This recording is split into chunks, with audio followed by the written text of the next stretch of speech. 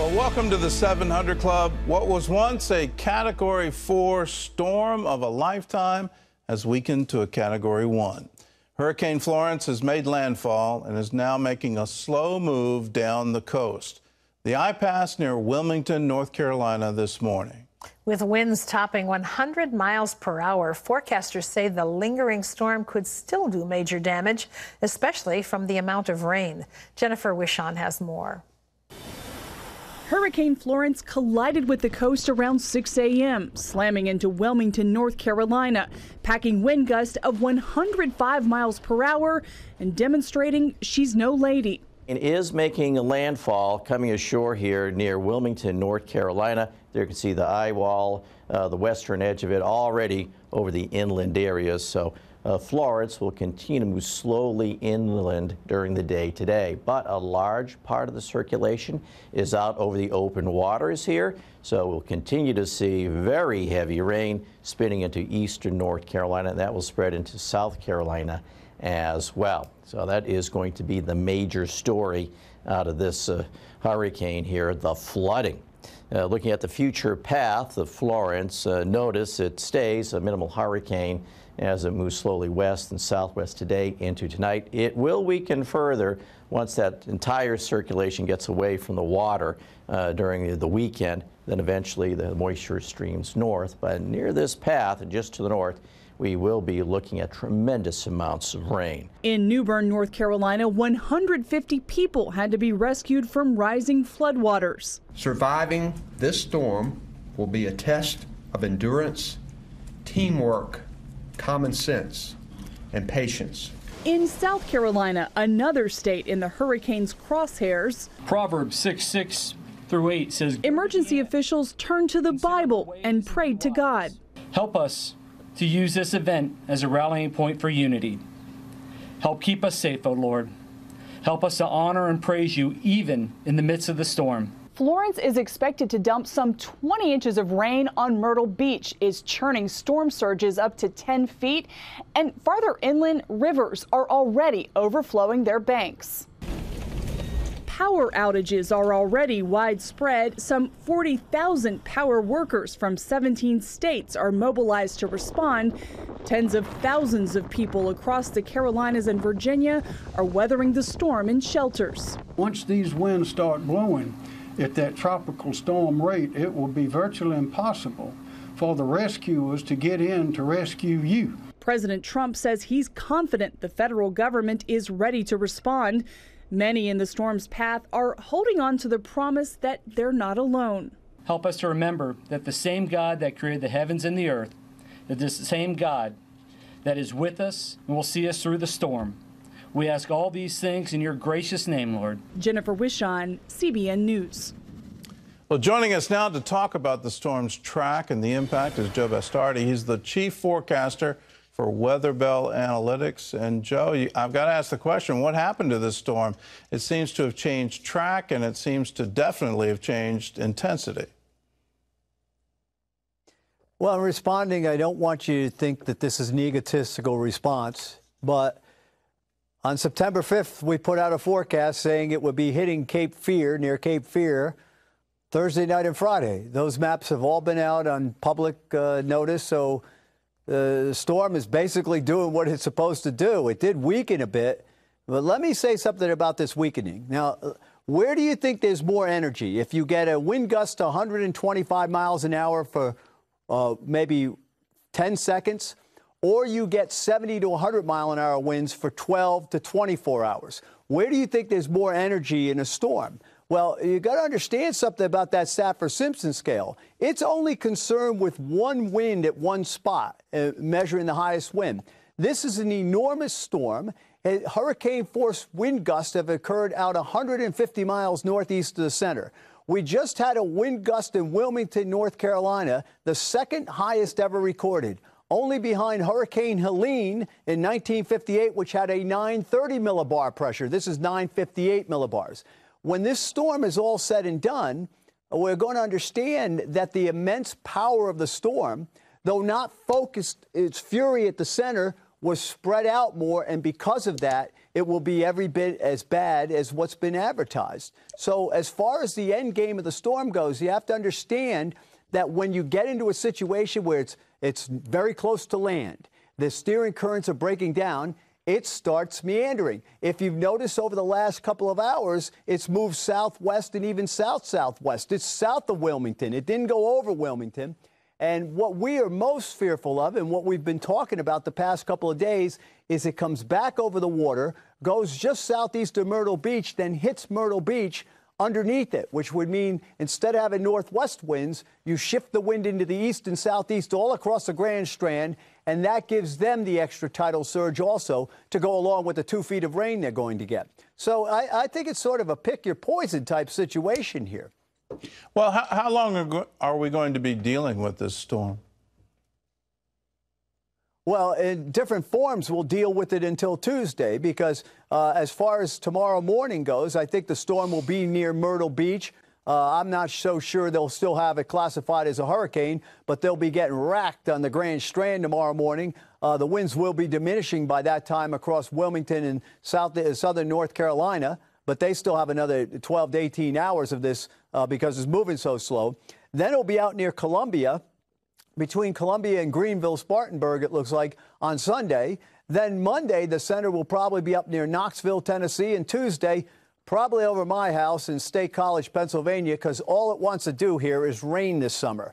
And without trying to be cute about that, our rivers in Pennsylvania and Virginia are already loaded up with water. Another 3 to 6 inches of rain from the remnants of a tropical cyclone means that there's going to be a lot of river flooding. And something else we got to worry about is tornadoes. We've already had a couple of tornado warnings, but as this gets inland, starts breaking up to the right of the path, parts of North Carolina, South Carolina, and then up into Virginia and the mid-Atlantic states, there's probably going to be tornadic activity with this. That's what happens with these big, powerful storms that have gathered all that energy one way or the other. Remember, folks, tropical cyclones are nature's way of taking heat out of the tropics and redistributing the heat into the temperate regions. They've been here forever. It's hurricane season. Occasionally a hurricane shows up, sometimes more, sometimes less. In this particular case so far, we've been very blessed. We've only had one hurricane, and that's the one you see right now. Well, let's go back to South Carolina and Myrtle Beach in particular. Tomorrow morning, what sort of storm surge are you anticipating there? Well, I'm going with what I think the Hurricane Center has a good idea there. I'm just explaining the nervousness I have because of the forecast that I've been looking at has had a worry about it dropping south of Myrtle Beach. Now, can I say definitely that's going to happen? I mean, only God knows tomorrow, but I do think this jog south-southwest along the coast, and you could see it as well as I. You don't need me to tell you which way the storm's moving because you just look at the radar. It's been turning southwest, gets it back out over that water, and then it comes in under Myrtle Beach. So Myrtle Beach is going to be a very, very tough forecast. I hate to say it, but it's a kind of forecast you got to look at it every hour for the next 12 to 18 hours before you make a final call. I'm very certain about the rain. I'm just not certain whether the wind goes into the east and northeast at Myrtle Beach, which is very different from the northwest wind they have now. If you've been watching pictures at Myrtle Beach, there's sand blowing around because the wind's blowing from the northwest right now. Northeast wind is very, very different there as it piles water in. Remember, folks, one of the things we talked about yesterday, the past couple of days, the shape of the coastline causes a storm to tighten up when it's coming from the ocean. You see how the coast is shaped like a cup? Well, what happens is the storm doesn't want to go ashore, so those bands tighten up, and you saw the eye tighten up. The worry is that if it comes back out over the water, it'll try to do the same thing around Myrtle Beach tomorrow morning. Well, what do you think about the rest of hurricane season? We've got 2 more months to go. Should we anticipate we're going to see more storms? Yeah, I think that we shut down over the next 10 days. In fact, we got all these storms out. It's great. You see people talk, this is because of climate change. Well, how come Isaac fell apart at the height of the hurricane season in the Caribbean, right? There's so many more factors. The totality of the picture runs the show, not this little thing or that little thing. But what happens is for the next 7 to 10 days, the tropics quiet down.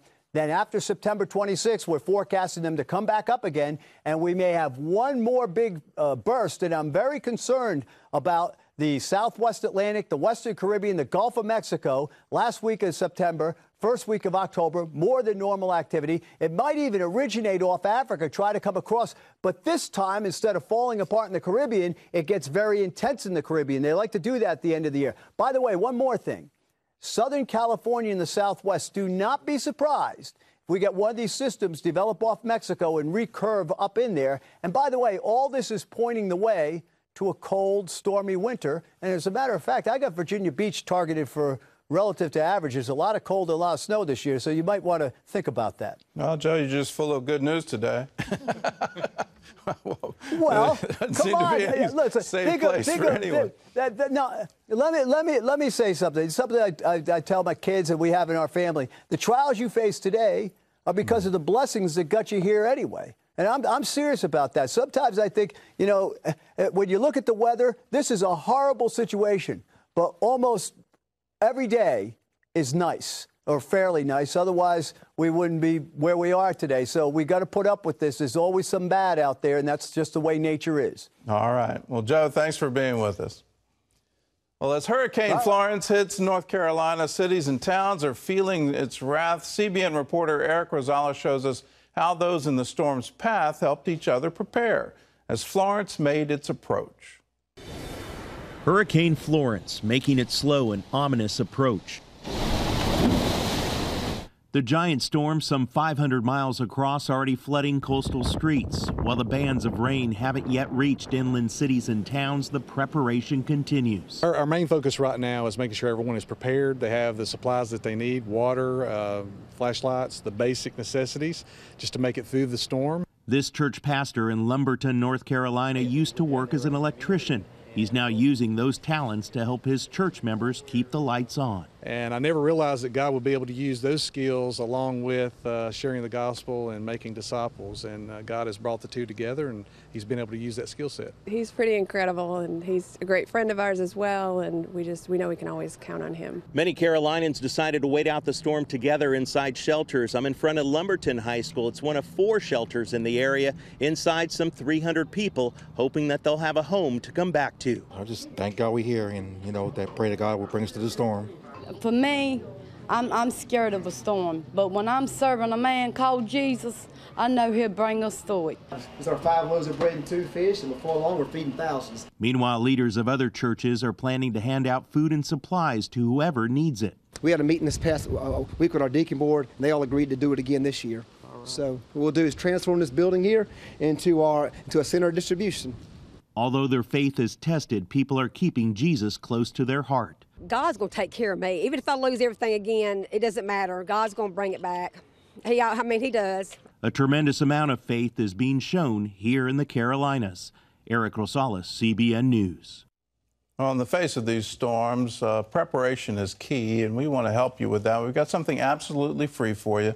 All you have to do is call us, 1-800-700-7000, or you can go to cbn.com. It's a 3-step process, how you can prepare for disasters. And it's really essential that you have this kind of disaster preparedness plan. So 3 steps to keep you and your family safe. It's yours free. All you have to do is call us, 1-800-700-7000. Well, Hurricane Florence will bring high winds and flooding across the East Coast. And it's estimated that North Carolina alone will get 10 trillion gallons of rain from the storm. Homes will be damaged. People are expected to lose power. And so Operation Blessing will be on the scene to help with the recovery. As Hurricane Florence hits the East Coast, Operation Blessing is already mobilizing to provide relief where it will most be needed. We're staging our equipment, we're preparing our equipment, and we're getting ready to pull out for Hurricane Florence response. Operation Blessing staff loaded trucks with food, water, and relief supplies. We fueled up, and our trucks hit the road.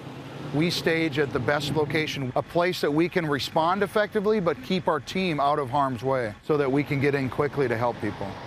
Our staff in Virginia Beach is organizing volunteers now, so we'll be ready to provide immediate relief as soon as possible. We try to meet whatever need there is, distributing water and volunteer coordination, mucking and gutting of houses.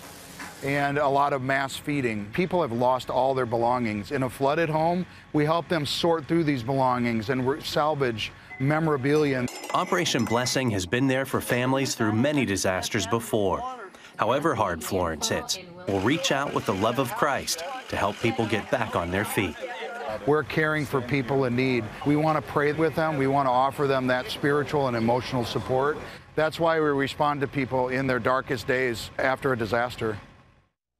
Well, our teams are already in the preparation area based around Raleigh, North Carolina, and are waiting for the storm to clear in order to go in there and provide relief to people as they need it. And if you want to be a part of that relief effort, all you have to do is call us. 1-800-700-7000. Say, yes, I want to donate to the Operation Blessing Disaster Relief Fund.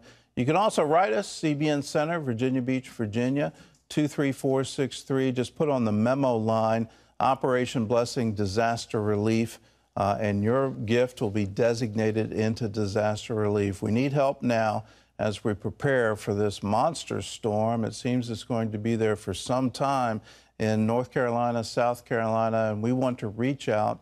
Our motto is, when disasters strike, we strike back with love and compassion to let people know we love them. God loves them. We're there for them in their time of need, but we need your help to do it. So call us, 1-800-700-7000. All right, Terry, I hear you've got a viewer comment. I do. You know, we'd love to hear from you all when you email us or write us. But this is an email comment that came in from a viewer who says, Pat and the entire team have prayed that Hurricane Florence not come to the Virginia Beach area. It appears that that prayer has been answered, which is wonderful. I ask that someone get word to the host to pray on the show, and also you all pray in the chapel services for Hurricane Florence to turn hard left and go out to sea rather than hit land or even come close to land, because the storm still seems that the effect will be devastating on the North Carolina and South Carolina coast and throughout much of North Carolina and South Carolina and other states and areas. Well, I'm not trying to sound defensive, but we have been praying for that. We have been praying for the storm to go back out to sea. We're certainly all grateful that a Category 4 has turned into a Category 1. That's a magnitude difference. I hear Joe loud and clear that sustained winds of 90 miles an hour for 12 hours can do a whole lot of damage. But sustained winds of 140, 150 miles an hour can do a whole lot more. And I've been through super typhoons in the Philippines, and I know what I'm talking about. So we're very grateful that the storm has lessened in intensity, but at the same time, still very concerned for people in North Carolina, South Carolina, particularly what we're hearing, what may happen to Myrtle Beach tomorrow morning. We need to continue in prayer. We've been in prayer all week.